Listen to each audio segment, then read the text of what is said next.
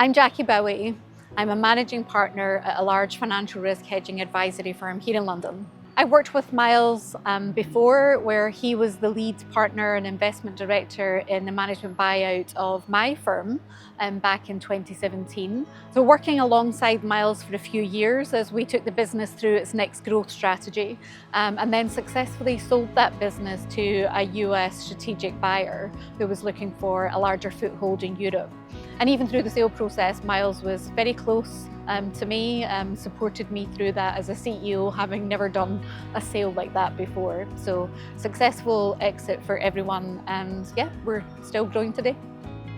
Well, I think everyone talks about doing the deal, it's all about the economics and the SPA and the legals, but actually you strip it back, it's really about the personalities, right? Yeah. And taking a business through a buyout where you have an owner-founder who's really quite emotionally attached to the business. It's all that aspect of it that I really valued in the transaction. Our founder of our business was taken very seriously ill in the midst of the deal. And then there was a decision to be made about a kind of go, no go.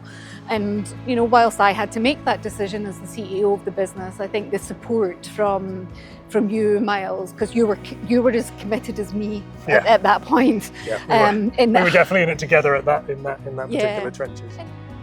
That additional element of real world experience, you know, actually providing some support and guidance, not just a bit of pressure and diligence exercise and some money. You know, that.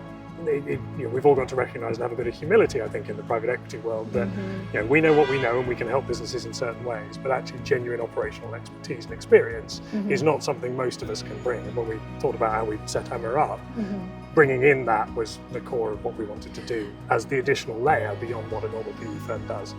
Yeah, because I think having taken the business and grown it successfully to a point, I think one of my bigger concerns, and I probably admitted this to you at the time, was it can no longer just be more of the same. Yeah. So it has to be different, but retaining the kind of culture and ethos of what we do.